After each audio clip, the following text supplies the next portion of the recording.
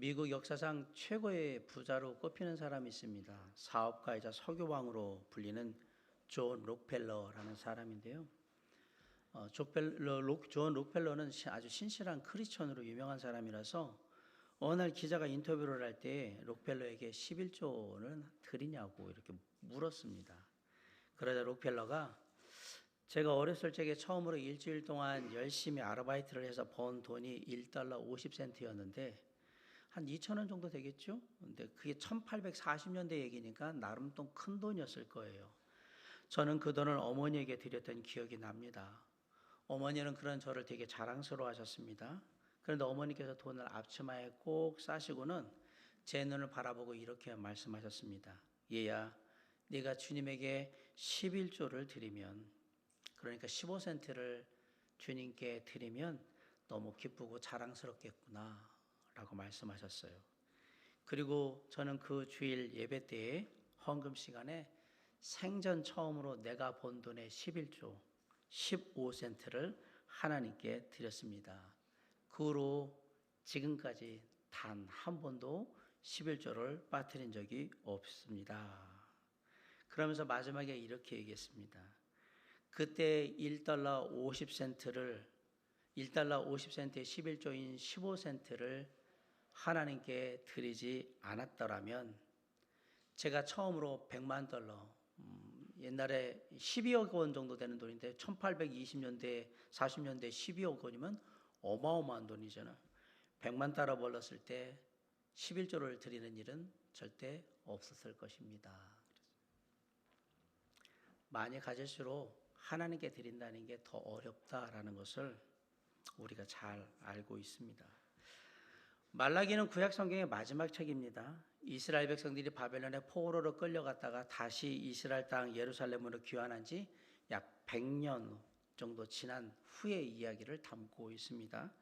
말라기의 저자인 선지자 말라기와 동시대의 인물이 누구냐면 학사 에스라와 총독 느헤미야입니다. 따라서 그 세 사람이 쓴 책에는 공통적으로 들어있는 이야기들이 있어요.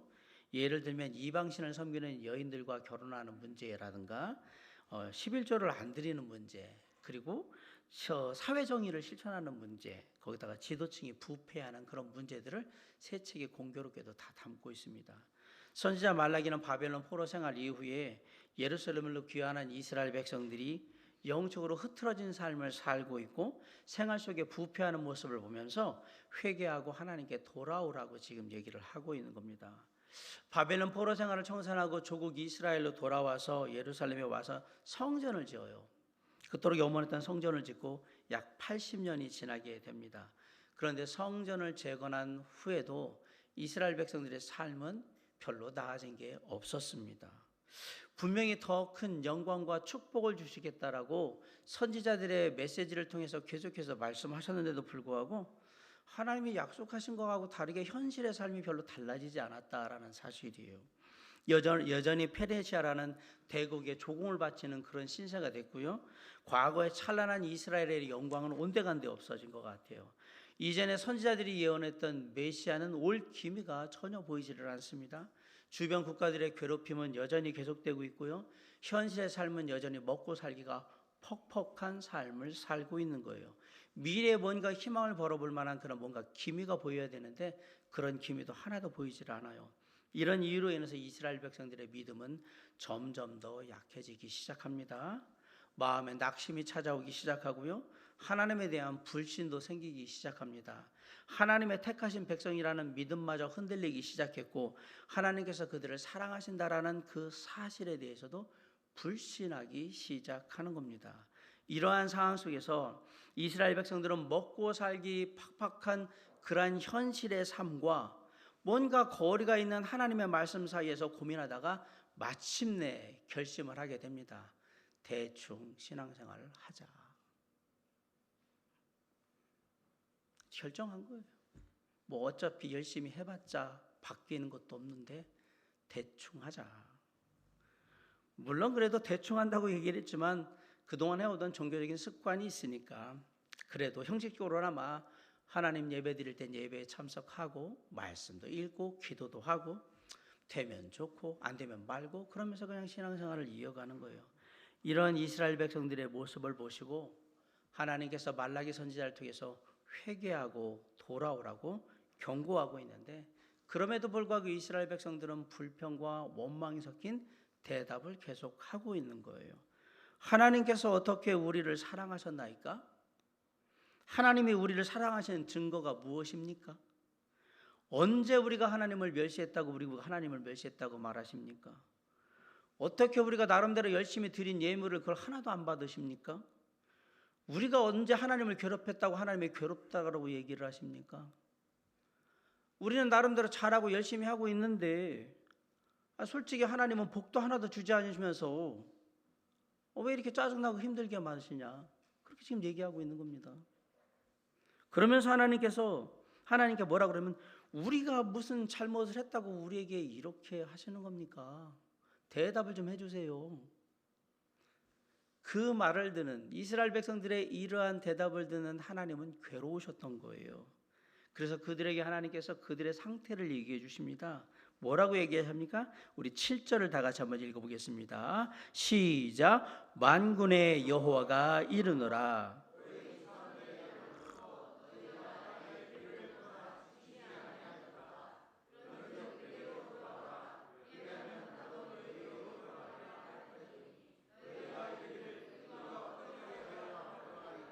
네, 우리가 어떻게 해야 돌아가리까? 7절에서 말하는 조상의 날은 출애굽 시대부터 말라기 선지자 때까지니까 거의 구약의 전 시대를 다 통틀어 얘기한다고 보시면 됩니다. 이 말은 구약의 모든 시대를 다 통틀어도 이스라엘 백성들이 하나님의 규례를 제대로 지킨 적은 없다라고 얘기하는 겁니다. 물론 잠깐 회개하고 정신 차려가지고 잘하는 때는 있었어요. 그러나 그것은 항상 언제나 잠깐 그랬던 거고, 늘상 하나님의 말씀을 무시하고 따르지 않는 거역하는 그런 삶을 이스라엘 백성들이 살았다라고 얘기를 합니다. 그래서 이제 그런 신앙을 좀 벗어버리고 하나님께 돌아오라고 얘기를 하고 있는 거예요. 그러자 이스라엘 백성들이 우리가 어떻게 해야 돌아가리까? 라고 하나님께 묻습니다. 근데 이 질문은 맞아, 우리가 이렇게 신앙생활하면 안 되지, 우리가 이렇게 잘못하면 안 된대, 그런 잘못을 인정하고 진짜 하나님 앞에 돌아가기 위해서 묻는 질문이 아니에요. 이스라엘 백성들이 이렇게 대답을 한 거는 우리는 이미 돌아와 있다라고 생각하고 있는데요, 우리는 이미 잘하고 있다라고 생각하는데요, 왜 자꾸 우리 보러 잘하라고 얘기하고 빈정대 이렇게 얘기하는 거예요? 자, 돌아오라고 얘기합니까? 빈정대듯이 묻고 있는 거거든요. 바벨론 포로 생활에서 돌아와서 성전을 건축했습니다. 그리고 나서 선지자들이 한 약속이 뭐예요? 하나님의 영광이 임할 것이다 라는 거였어요. 그 말 믿고 처음엔 하나님께 제사를 드렸습니다. 열심히 절기도 지켰습니다. 그러나 하나님의 영광은 나타나지 않았어요. 아울러 사는 건 계속해서 어려워졌어요. 하나님의 약속을 안 지키시네. 하나님의 약속대로 되지 않는다는 판단이 되자 하나님께 드려지는 제사, 예배를 이제 형식적으로 하기 시작했다라는 얘기입니다. 율법이 하나님께 예물로 드릴 때 병든 거나 저는 것이나 흠 있는 것은 드리지 못하도록 되어 있는데, 됐어 그냥 다 드려, 뭐 그런 게 뭐 상관이 있어, 그냥 드리기만 하면 되는 거지. 그러면서 그냥 막 드리기 시작한 거예요. 그렇게 하면서 우리는 한 번도 하나님을 멸시한 적이 없는데요, 왜 하나님은 제 예물을 안 받으십니까? 이렇게 이제 배짱 있게 얘기하기 시작한 거예요. 그러니까 하나님께서 얘기하는 거예요. 이제는 그만하고 좀 돌아왔으면 좋겠다라고 말씀하시니까 기분 나쁘다는 투로 얘기하는 거예요. 잘하고 있는데 어떻게 하면 돌아갈 수 있는데요? 라고 지금 묻고 있는 거예요.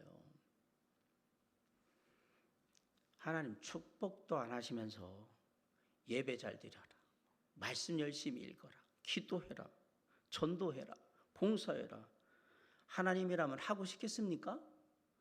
받은 게 있어야 뭐 좀 받은 게 있으니까 그 고맙다는 마음에 하지요. 하나도 준 것도 없으면서 뭘 자꾸 하라고 얘기하시는 거예요. 이게 지금 이스라엘 백성들의 마음이란 말이에요. 이스라엘 백성들이 하나님의 말씀을 거부하고 저지른 죄악을 상징적으로 말할 때 학개 선지자와 스가랴 선지자는 하나님의 성전이 무너졌다라고 얘기를 했어요.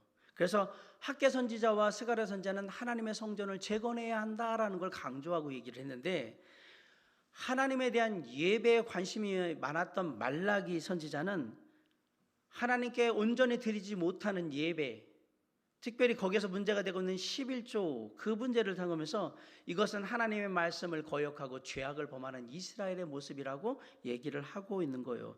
그래서 뭐라고 그러냐면 8절에서 11조와 봉헌물에 대해서 제대로 드리지 않는 것을 도둑질했다라고 얘기를 한 겁니다. 우리 8절 한번 다 같이 읽어볼까요? 시작. 사람이 어찌 하나님의 것을 도둑질하겠느냐.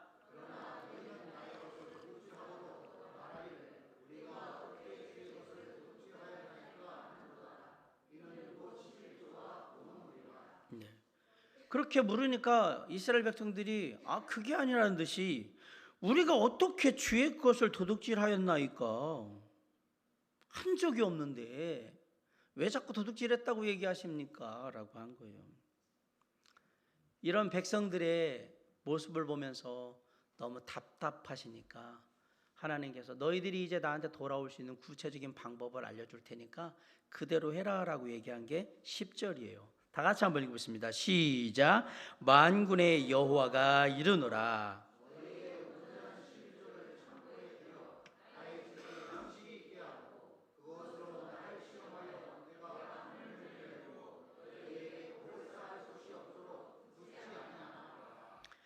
이제부터는 11조와 봉헌물을 온전한 믿음 가운데 드림으로 하나님의 집에 창고를 채우도록 하라. 그게 너희들이 돌아오기 시작하는 모습이다. 그렇게 하면 하나님께서 축복하실 텐데 시험하고 싶으면 그걸로 한번 시험을 한번 해보든지 라고 말씀하신 거예요. 그렇게 온전한 11조와 봉헌물을 드릴 때 하나님이 세 가지 축복을 주시겠다라고 약속하셨어요. 첫 번째 축복은 하나님께서 하늘 문을 여시고 복을 쌓을 곳이 없도록 부어주신다라고 말씀하십니다. 우리 10절 하반절에 보면 내가 하늘 문을 열고 너에게 복을 쌓을 곳이 없도록 붙지 아니하나 보라라고 말합니다. 두 번째 축복은 하나님께서 농작물에 피해를 주는 메뚜기를 막아주시고 비바람이나 냉해로부터 포도 열매가 수확하기 전에 떨어진 일이 없도록 그렇게 살펴주시겠다, 보호해 주시겠다라는 축복이에요. 11절 다 같이 한번 읽습니다. 시작. 만군의 여호와가 이르노라.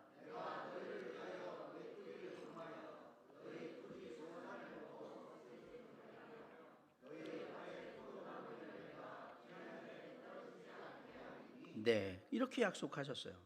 마지막 세 번째 축복은 그 땅이 아름다워지는 것, 즉 먹고 살기 편하고 평안한 그런 땅으로 만들어서 모든 이방 사람들이 보면서 아이고 좋겠다, 부럽다 이렇게 하는 축복을 주신대요. 12절 있습니다. 시작. 너희 땅이 아름다워짐으로.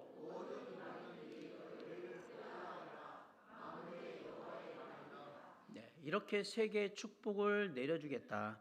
너희가 온전히 믿음으로 드릴 때 내가 그렇게 축복하리라 라고 했음에도 불구하고 이스라엘 백성들이 약속된 축복을 누리지 못하고 힘들고 막막한 삶을 살게 되는 이유는 온전한 11조를 드리지고 있지 않으니까, 즉 하나님의 것을 도둑질해서 저주를 받고 있기 때문이라고 지금 말라기 선지자는 얘기하고 있는 겁니다.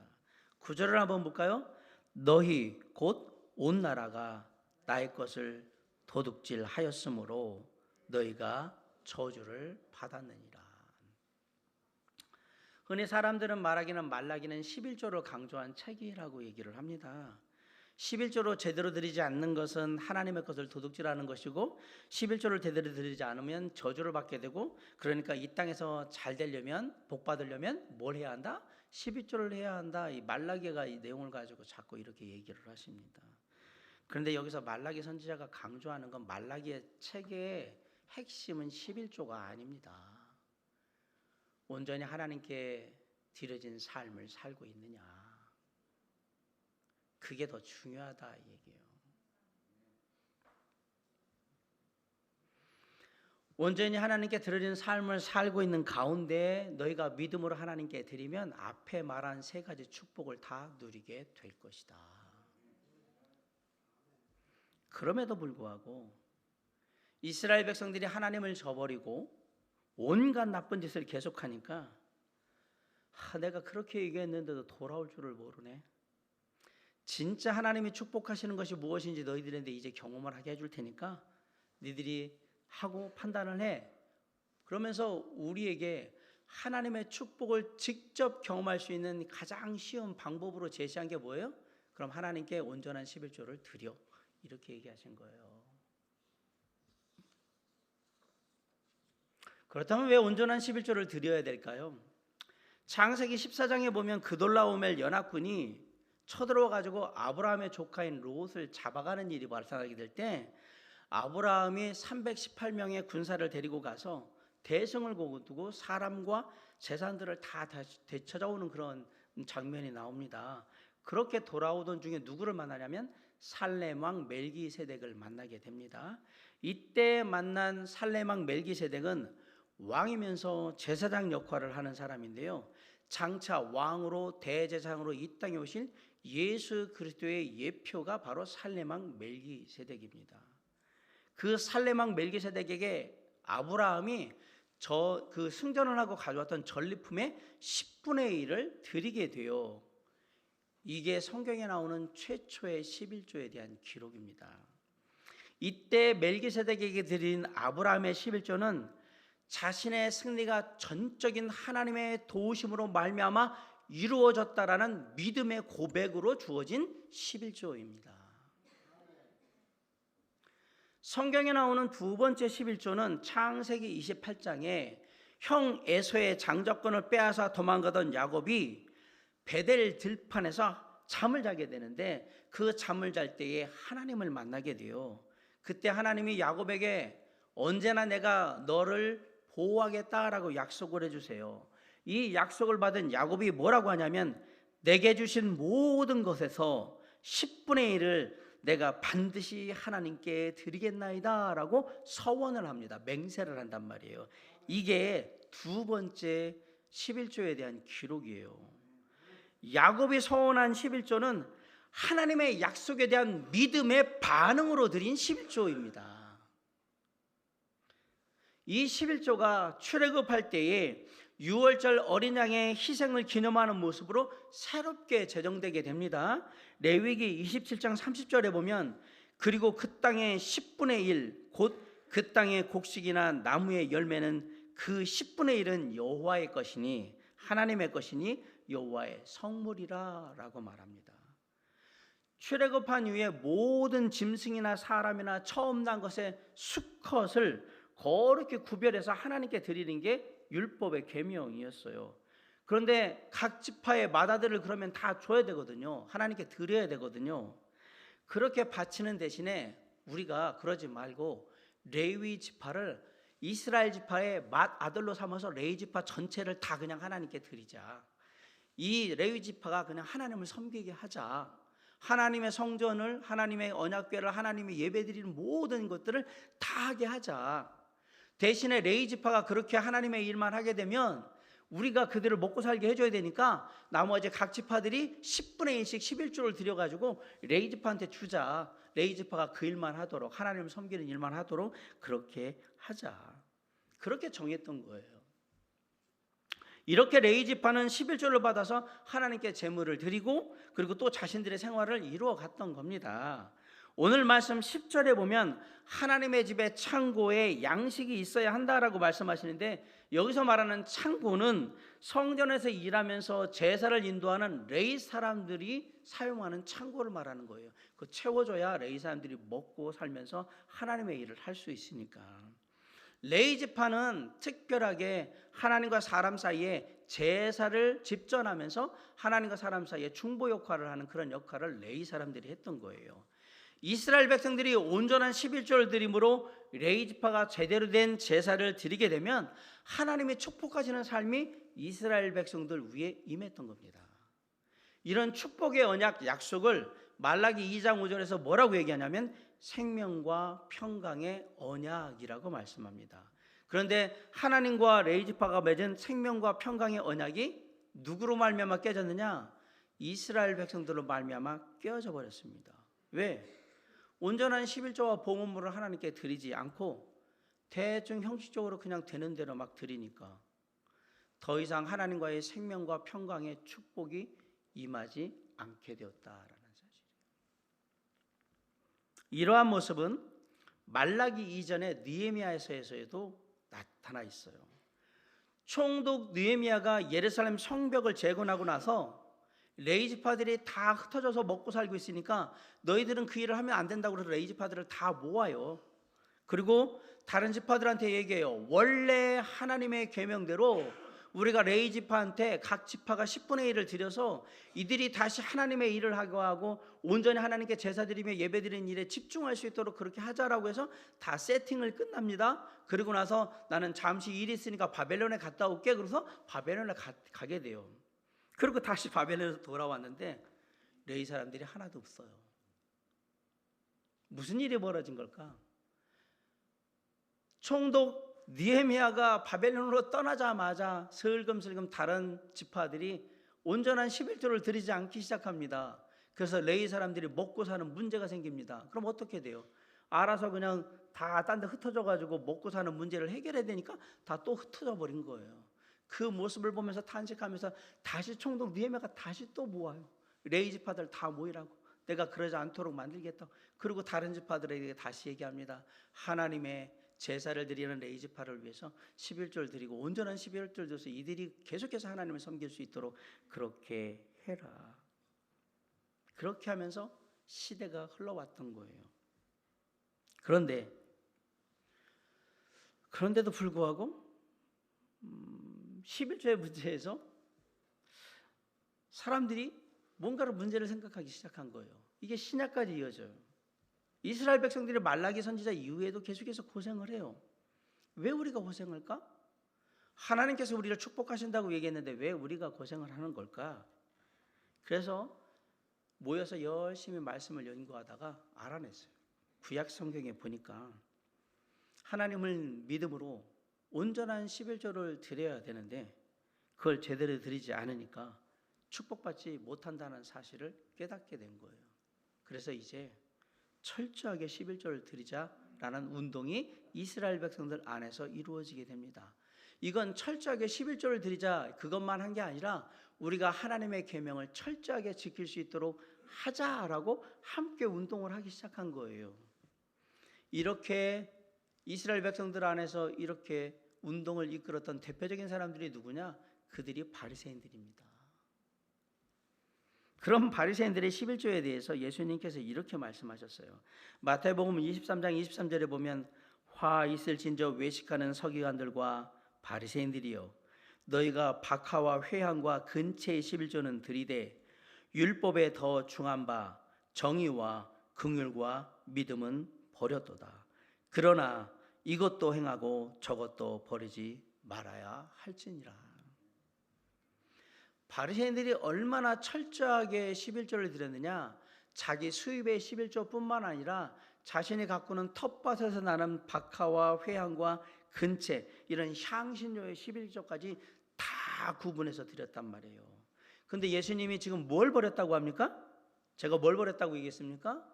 정의와 긍휼과 믿음을 버렸다라고 얘기했어요. 사실 이게 11조 드리는 것보다 훨씬 더 중요한 거거든요. 사람들은 11조를 드린다고 헌금을 한다고 하면서 그 11조 헌금 안에 들어있어야 되는 정신, 더 중요한 걸 다 버린 거예요. 그래서 하나님은 율법을 따르는 레위 지파와는 전혀 다른 또 다른 대제사장, 그분을 이 땅에 보내셨고 그분이 정의와 긍휼과 믿음이 담긴 영원한 희생제물로 하나님께 드려지는 본이 되셨던 거예요. 그렇게 율법을 완성하신 거예요. 영원한 대제사장이자 이 율법을 완성한 희생제물이 되신 분이 누구십니까? 그분이 예수 그리스도신 거예요. 예수 그리스도께서는 믿는 자들이 율법의 모든 축복을 받을 수 있도록 다 열어놓으셨어요. 다시. 그리고 드림의 내용을 바꾸신 거예요. 이제는 불완전한 율법을 따라서 형식적인 11조를 드리지 않습니다. 이제는 율법의 완성이신 예수 그리스도께 나의 몸과 나의 삶 전부를 거룩한 산제물로 드리는 겁니다. 로마서 12장 1절에 그러므로 형제들아 내가 하나님의 모든 자비하심으로 너희를 권하노니 너희 몸을 하나님이 기뻐하시는 거룩한 산 제물로 드리라. 이는 너희가 드릴 영적 예배니라. 이렇게 드리는 헌금이 바로 온전한 헌금이요 온전한 11조가 되는 거예요. 나의 몸을, 나의 삶을 예수님께 거룩한 산 제물로 드리는 믿음이 있기에 우리가 때때로 힘에 지나도록 하나님께 드릴 수 있는 것이고요, 우리가 하나님께 드릴 때 자원과 기쁨으로 감사함으로 풍성하게 드릴 수 있는 거예요. 빌립보서 4장 18절에 내게는 모든 것이 있고 또 풍부한지라 에바브라디도 편에 너희가 준 것을 받음으로, 이거 헌금을 말해요. 내가 풍족하노니 이는 받으실 만한 향기로운 제물이요 하나님을 기쁘시게 한 것이라. 어떻게 드리는 게? 기쁘게 자원함으로 즐겁게 드리는 것이 하나님께서 받으실 만한, 하나님이 기뻐하시는 그러한 예물이 된다라고 얘기한 겁니다. 너희가 11조를 드려서 내가 진짜 너희들을 축복하는지 안 하는지 시험해봐 라고 이스라엘 백성들에게 하나님께 얘기하실 때, 하나님의 마음은 하나님의 말씀의 약속들을 너무 불신하니까 내가 진짜 그렇게 안 하는지 내가 보여줄게 라고 얘기해서, 그 보여주는 가장 간단한 방법으로 뭘 쓴 거냐, 답답한 마음에 그럼 온전한 11절 드려봐, 내가 어떻게 하는지 너희들한테 보여주마, 이렇게 얘기한 거예요. 솔직히 하나님의 말씀으로 구원의 은혜를 받고 정말 하나님을 믿는 믿음으로 살아가는 온전한 하나님의 자녀라면, 오늘 말하는 11조 드리면 하나님이 세 가지 축복을 주신다, 이런 말씀에 은혜 받으실 이유가 하나도 없습니다. 왜? 이거 기본이에요. 기본. 가장 쉬운 거 얘기한 거예요. 어려운 거 얘기한 게 아니라, 참 답답하다, 너희가 진짜 하나님 말씀을 그렇게도 못 믿는다고 그러니까 내가 진짜 어떻게 하면 못하겠고, 그래 이제 하나 그냥 쉽게 알려줄게, 온전한 11조 드려봐, 내가 어떻게 축복하는지 네 눈으로 볼 수 있게 해주마. 이게 11조예요 헌금이란 말이에요. 진짜 하나님의 사랑을 깨닫고 우리 주 예수 그리스도의 은혜를 받아 구원받은 사람이라면 내 가진 모든 것, 내 모든 삶, 우리 주 예수 그리스도 나의 구원자 하나님께 드린들 무엇이 아까우리요? 그 생각이, 그 믿음이 저와 여러분의 믿음인 줄 믿습니다. 그러면 왜 하나님은 11조를 하나님께 돌아오는 하나님의 축복을 받는 가장 쉬운 방법으로 제시를 하셨을까? 그게 제일 쉬우니까. 딴 건 어려운데 바로 할 수 있는 거니까, 금방 할 수 있는 거거든요. 늦어도 한 달 안으로 할 수 있는 거잖아요. 성경대로 한다면. 11조가 가장 기초적인 삶의, 신앙의 삶의 원칙이니까 그냥 이거부터 해봐 그러고 얘기하신 거예요. 말라기 선지자는 하나님의 약속의 말씀을 온전히 믿음으로 사는 하나님의 예배자의 삶을 하나님이 축복하신다라고 말씀하시면서, 그렇게 하나님의 약속의 말씀을 믿고 온전한 믿음으로 예배하며 사는 삶의 한 부분이 뭐다? 11조 헌금이다, 이렇게 얘기한 거예요. 말라기의 핵심은 11조가 아니라 하나님의 약속의 말씀을 온전히 믿고 의지해라 얘기를 하는 거예요. 진정한 11조 헌금의 의미는 하나님의 정의와 긍휼과 믿음을 본받아서 하나님의 허락하신 것을 하나님께 다시 돌려드리는 믿음의 삶을 사는 것, 그게 진정한 11조 헌금의 의미인 거예요. 결론으로 말하면 신약 성도들에게 11조는 율법에 규정하는 의무가 아닙니다. 11조는 의무가 아닙니다. 의무가 아닙니다. 그러면 11조를 더 이상 드리지 않아도 되는구나. 의무가 아니니까 드릴 필요가 없겠네. 여기에 대한 대답을 들으려면 구약 성경이 말하는 11조와 신약교회에서 말하는 11조 헌금의 연속성을 생각을 하셔야 돼요. 구약의 율법에 규정된 11조가 봉헌물 이거 드리는 거는 의무예요. 구약은 네가 좋든 싫든 기분 좋든 나쁘든 그거 상관없어, 반드시 드려야 되는 거예요. 구약은. 싫어도 귀찮아도 어쩔 수 없이 드려야 되는 거예요. 구약에서는 그게 의무이기 때문에 모든 하나님의 백성들의 의무란 말이에요. 11조를 드리는 것은. 그런데 신학교에서 11조를 포함한 헌금은 의무가 아닙니다. 아, 그렇구나. 드려도 그만, 안 드려도 그만이구나. 마음대로 하십시오. 신학교에서 11조 헌금은 자발적인 헌신으로 드리는 겁니다. 의무가 아닙니다.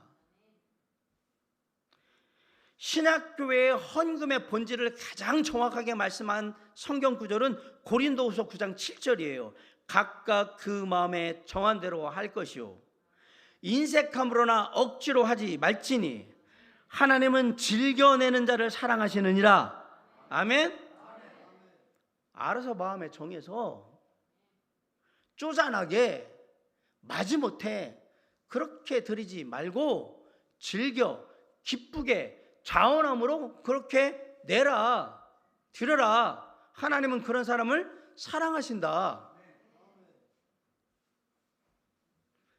여러분, 이 말씀을 하나님의 말씀이라면 우리가 꼭 생각해야 돼요. 교회 다니니까 헌금을 하고 안 하면 또 어떤, 제가 여러분 얼마 하는지 잘 몰라요. 그 목사님이 알까봐 헌금은 그런 거 하지 마세요. 헌금은 누구한테 보여주거나 뭘 하려고 하는 거 아니에요. 제가 여러분이 몇 천만 원 했다고 여기서 금액 누가 아무개 형도님 몇 천만 원 했습니다. 헌금은 이런 거 안 하잖아요. 우리 주보에도 안 나가잖아요. 이상한 교회예요. 주보에만 내면 한 15% 더 헌금 거둘 수 있는데. 제가 항상 얘기하잖아요. 아무개 성도님 감사헌금 하셨습니다. 아무개 자매님 축복헌금 또 헌금하셨습니다. 제가 이 봉투 이렇게 하면 이것만 하면 한 40%는 늘어날 것 같은 느낌이 있는데 왜 안 할까? 신약의 헌금은 자발적인 헌신입니다. 내가 하나님을 사랑하고 그 하나님의 은혜를 힘입고 오늘을 살아가며 모든 것들이 다 주님께 공급되며 주님의 약속 가운데 이루어진다는 걸 믿기 때문에 뭐 하는 거예요? 그 감사함으로 하나님의 것을, 내 것을 아니요, 하나님의 것을 하나님께 조금 돌려드리는 거예요. 우리의 믿음의 표현으로, 자발적으로. 결론적으로 말합니다. 구약 성경이 말하는 11조 헌금의 정신과 신약교회에서 말하는 11조 헌금의 정신이 완전히 다르다라는 얘기를 드리는 겁니다. 신약에는 헌금 11조 안 드리도록 되어 있는 이런 무식한 얘기는 하지도 말란 말이에요. 어디서 그렇게 성경도 제대로 읽지도 않고 신약에는 11조가 안 돼 있지 않나요? 신약에 11조 없어요. 몸과 마음 네 삶 다 드리라고 했지 언제 11조 드리라고 했어요? 예수님께서 한 번도 11조 드리라고 얘기를 한 적이 없어요. 우리의 가진 모든 것, 너의 삶과 가진 모든 것을 다 누구에게 드려라? 주님께 드려라. 스케일이 더 커지셨는데요. 구약에는 딸랑 11조만 드리면 될 거를 이젠 다 드리라고 하니까 큰일 났구나. 역시 그래서 교회는 돈 많아라. 어떻게든지 돈만 뽑아내려고 저런 식으로 얘기를 해. 자발적으로 기쁘게 드리라고 제가 분명히 말씀드렸습니다. 여러분이 형식적으로 드리는 건 그 순간부터 하나님께 드려진 게 아니에요. 주님은 안 받아요. 죄송합니다. 솔직하게 얘기합니다. 교회 헌금으로는 들어올지 몰라도 재정으로는 들어올지 몰라도 하나님이 그 마음은 안 받아요. 하나님께 드려진 게 아니기 때문에. 제가 지금 중요한 얘기를 했어요. 그러면 드릴 때 어떻게 드려야 되느냐? 마음을 다하여 기쁘고 감사한 마음으로 드리란 말이에요. 그래야 받으신다고. 부자의 돈은 안 받으셨는데 과부의 두렙돈을 칭찬하신 이유가 뭐예요? 부자들은 그냥 있는 주머니에서 그냥 이렇게 가지고 부자가 헌금한 게 훨씬 많았죠. 과부가 드린 두렙돈 지금으로 하면 2,000원도 안 되는 돈에서 예수님이 뭐라고 그래요? 가진 것 전부를 드렸다. 이 얘기는 돈 전부를 드렸다는 얘기가 아니고 이것뿐만 아니라 자기의 삶의 전부를 드렸다 얘기를 한 거예요. 그걸 주님이 기뻐 받으셨어요. 그래서 그 과부는 어디에 기록되죠? 성경에 기록됐잖아요. 영원히 기록됐잖아요. 기쁘게 드리시란 말이에요. 인색함으로는 억지로 하지 말고 그러는 순간 이건 헌금이 아니에요. 제가 늘 하는 얘기로 있잖아요. 하나님은 거지가 아닙니다. 적선하듯이 그렇게 하지 마세요. 당신이 그런 식으로 인색함으로 억지로 헌금 안 드린다고 해서 우리 교회 안 무너지고 하나님 사역 안 무너집니다. 그런 식의 생각을 가지고 하나님께 헌금을 해서는 안 돼요. 단 1,000원을 드려도 주님 감사합니다. 제가 정말 주님을 사랑합니다. 작은 거지만 저의 마음을 담습니다라고 드리셔야 합니다.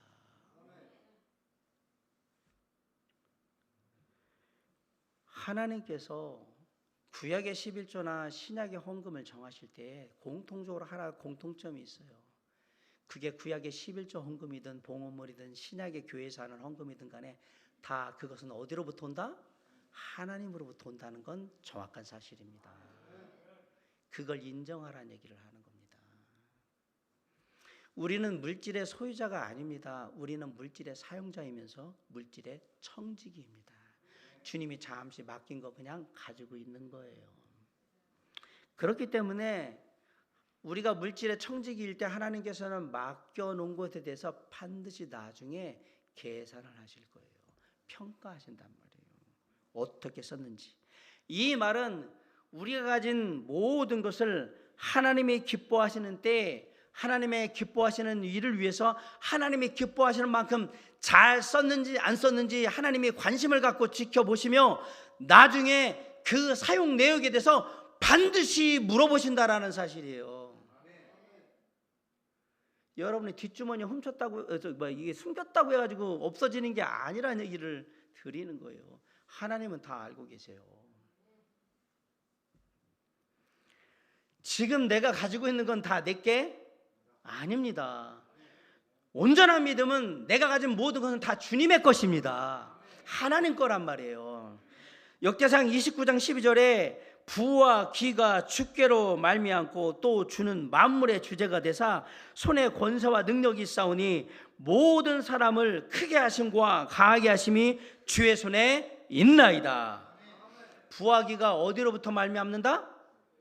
돈 벌고 싶으면 하나님께 잘하세요. 뭐 이 말을 되게 우습게 듣지 마시고 돈 벌고 싶으면 부와 기가 누구로 말미암고? 하나님의 말씀을 믿으면 믿음대로 될 겁니다. 사람의 크게 하심과 강하게 하심이 누구의 손에 달려있다? 하나님 손에 달려있다. 사람 손에 달려있는 게 아니에요. 하나님 손에 달려있다. 우리가 돈을 사랑해서 돈에 망하는 인생이 되지 않도록 우리에게 하나님께서 안전장치를 하나 해놓으셨거든요. 그게 뭐냐? 11조 헌금이에요. 그걸 하면서 이거 주인이 내가 아니야. 내가 맘대로 할 수 있는 게 아니야. 하나님이 나에게 주시는 거야. 그러면서 주의하고 조심해서 지혜롭게 잘 쓰도록 해주는 안전장치가 뭐냐? 그게 헌금이었던 거예요. 11조. 내 수입의 10분의 1을 하나님께 드리면서 내가 돈에 의지하는 삶을 살지 않게 하여 주시옵소서. 이거 10분의 1 갖고 딴 데 쓰면 맛있는 거 더 먹을 것 같고 옷도 한 벌 사입고 뭐도 하고 막 그럴 것 같은데 아니요 주님, 제가 이 돈의 유혹으로부터 벗어나서 온전히 믿음으로 서게 해 주시옵소서. 우리가 만약에 한다면 월급쟁이라면 날마다 매월 한 번씩 그 믿음의 기도를 드리는 거예요. 주님, 돈을 사랑하고 돈에 망하는 인생이 되지 않도록 해 주시옵소서. 우리는 헌금을 드리면서 11조를 드리면서 그것을 하나님께 약속하는 거예요. 도움을 구하는 거란 말입니다.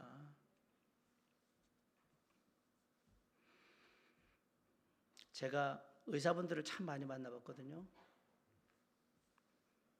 신앙생활 하다가 의사분들이 교회 안 다니시는 제일 중요한 이유는 11조 때문이었어요.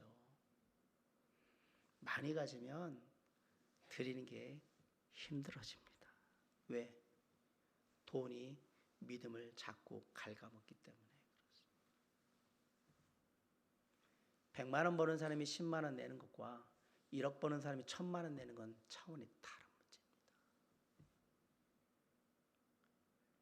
록펠러가 100만 불 벌어서 거기서 10만 불을 하나님께 드리는 이건 대단한 일입니다.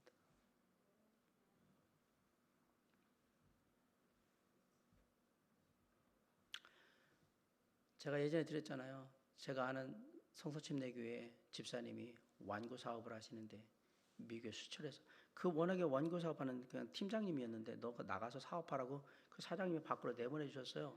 그래서 사업을 하셨거든요. 대박 났어요. 얼마를 벌었느냐? 다 그 자기 수익으로만 한 번 수출한 거로 12억 원이 자기한테 떨어졌어요. 근데 그대로 6억 11조, 6억 감사원금. 자, 이 사업은 망했을까요? 흥했을까요? 궁금하시면 나중에 그 집사님을 초대해 드릴까요? 그분은 지금도 승승장구하고 있습니다. 목사님이 물어봤대요. 목사님이 그 집사님 친구였거든요. 그래서 아무개 집사 힘들었는데 어떻게 이걸 했어? 그랬더니 놀라운 얘기를 했어요. 늘 하던 거잖아요. 어릴 때부터 늘 하나님 앞에 온전히 드리는 11조를 늘 몸에 배웠기 때문에 늘 하던 거잖아요. 그거 드린 거예요.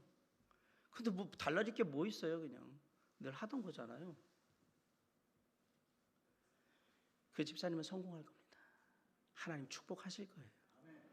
헌금을 많이 해서? 아니요. 그 마음이 축복받을 수밖에 없는 마음이에요. 말씀을 마칩니다. 사랑하는 성도 여러분, 돈이 우리를 행복하게 해줄 거라는 세상의 속임수에 넘어가지 마시기 바랍니다. 우리를 늘 행복하게 해주실 수 있는 유일한 한 분은 오직 우리 주 예수 그리스도 하나님 한 분밖에 없습니다. 돈이 우리의 인생의 궁극적인 목적이 되게 해서는 안 됩니다. 이 얘기 예전에 됐죠. 돈으로 비싼 집 살 수는 있는데 행복한 가정은 이룰 수 없습니다. 돈으로 비싸고 좋은 침대는 살 수 있는데 꿀잠은 못 잡니다. 돈으로 값비싼 명품 시계는 차고 다닐 수 있는데 시간은 살 수 없습니다. 돈으로 내가 쥐는 살 수 있는데 사람들로부터 존경받고 존중받는 그런 모습은 받을 수 없습니다. 돈으로 좋은 약과 치료는 받을 수 있어도요, 건강은 담보할 수 없는 거예요. 돈으로 쾌락과 즐거움은 살 수 있지만 마음속 깊은 기쁨과 평안은 누리기 힘들어요. 돈으로 비싼 음식 먹잖아요. 그런데 입맛은 살 수가 없어요. 돈으로 성대한 장례식은 치를 수 있지만 행복하게 죽을 수는 없습니다. 돈으로 못하는 게 얼마나 많은데요. 우리 인생의 목적은 돈이 아니고요, 나를 구원하시며 나를 이 땅에 있게 하신 우리 주 예수 그리스도 하나님을 기쁘시게 하는 겁니다. 나 주님의 기쁨 되기 원하네. 그냥 돈은 우리가 육신으로 이 땅을 살아갈 때 잠깐 필요한 수단인 것뿐이에요. 있어도 그만, 없어도 그만. 네, 없으면 좀 불편하죠.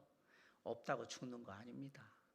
주님이 다 들에 핀 벽갚아 하늘을 나는 새도 다 입히시고 먹이시니까 우리 필요한 건 다 주세요.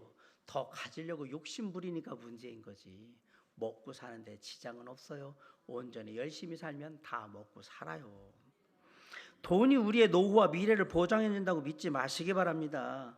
우리의 노후와 영원한 미래를 보장해 주는, 생명을 보장해 주시는 분은 단 한 분, 우리 주 예수 그리스도 하나님 한 분밖에 없습니다. 물론 보험도 들고요, 돈이 있으면 저축도 하고 할 수 있으면 지혜롭게 노후 보장하고 장래 준비도 해야 되겠죠. 그러나 이 모든 것을 다 완전하게 보장해 주는 게 돈이라고 생각하는 순간 문제가 생기기 시작하는 거예요. 잠언 23장 5절에 이렇게 얘기했어요. 네가 어찌 허무한 것에 주목하겠느냐. 정령이 재물은 스스로 날개를 내어 하늘을 나는 독수리처럼 날아가리라. 우리가 가끔 만화에 보면 지폐덩이에 이렇게 날개가 나가지고 막 이렇게 날아가는 모습 있잖아요. 잠언 23장 5절 말씀을 회화 그림으로 만든 거예요. 스스로 날개를 내어 하늘을 나는 독수리처럼 날아가요. 독수리가 하늘을 어떻게 날아가던가요? 슬슬 날아가던가요? 쫙 날아가요. 돈은 한순간에 없어집니다. 그래서 돈은 움켜잡는 게 아닙니다. 오면 오는 대로 쓰고 날아가면 날아가는 대로 생각하고 그냥 놓는 거예요. 이걸 잡으려고 했으면 나까지 날아가는 거예요. 다시 한번 말씀드립니다. 돈이 하나님의 자리를 대신하지 않도록 하셔야 합니다.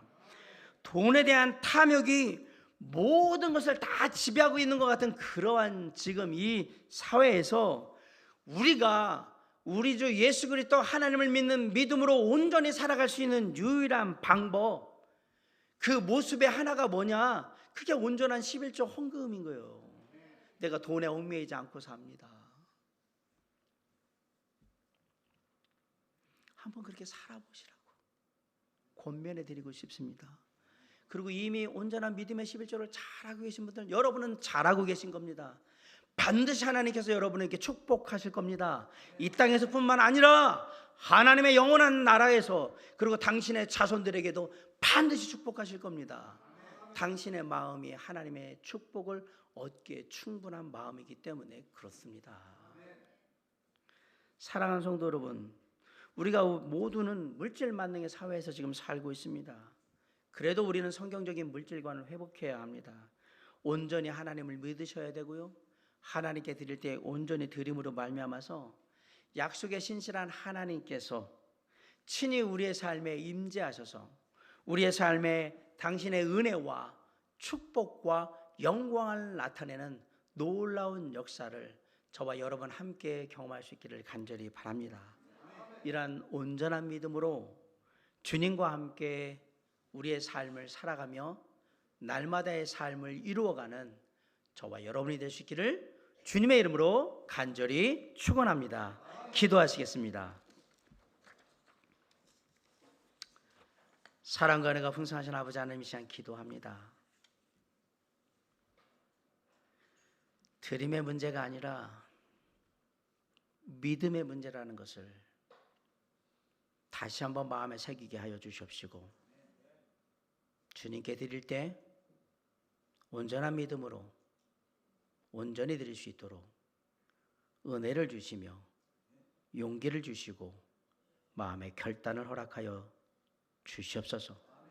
나를 구원하시고 지금도 나와 함께 하시며 나를 선하게 이끄시는 주님께 내 모든 것 다 드려도 아깝지 않다라는 마음의 고백에 작은 일부분을 우리가 물질로 주님께 드릴 때에 주님 기뻐 받으시고 온전한 믿음의 11줄 동에 하나님께 마음을 표현한 당신의 사랑하는 자녀들에게 은혜의 은혜를 더하시고 복의 복을 더하시며 믿음의 믿음을 더하여 주시옵소서. 예수 그리스도 이름으로 감사하며 기도를 삼나이다. 아멘. 값비싼 향유를 주께 드린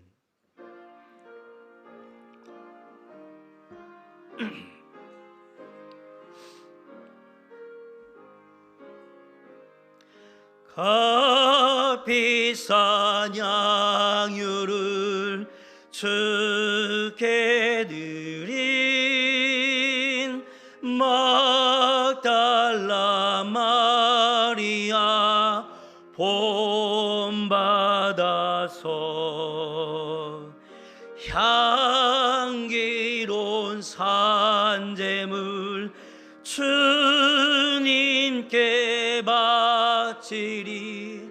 사랑의 주 내 주님께